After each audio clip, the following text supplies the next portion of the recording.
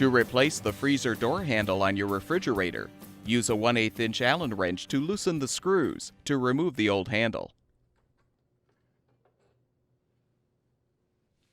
Prepare to install the new door handle by first making sure the support pegs are fully tightened. You can use a 1/4 inch Allen wrench to do this. Now align the new handle on the pegs and tighten the screws.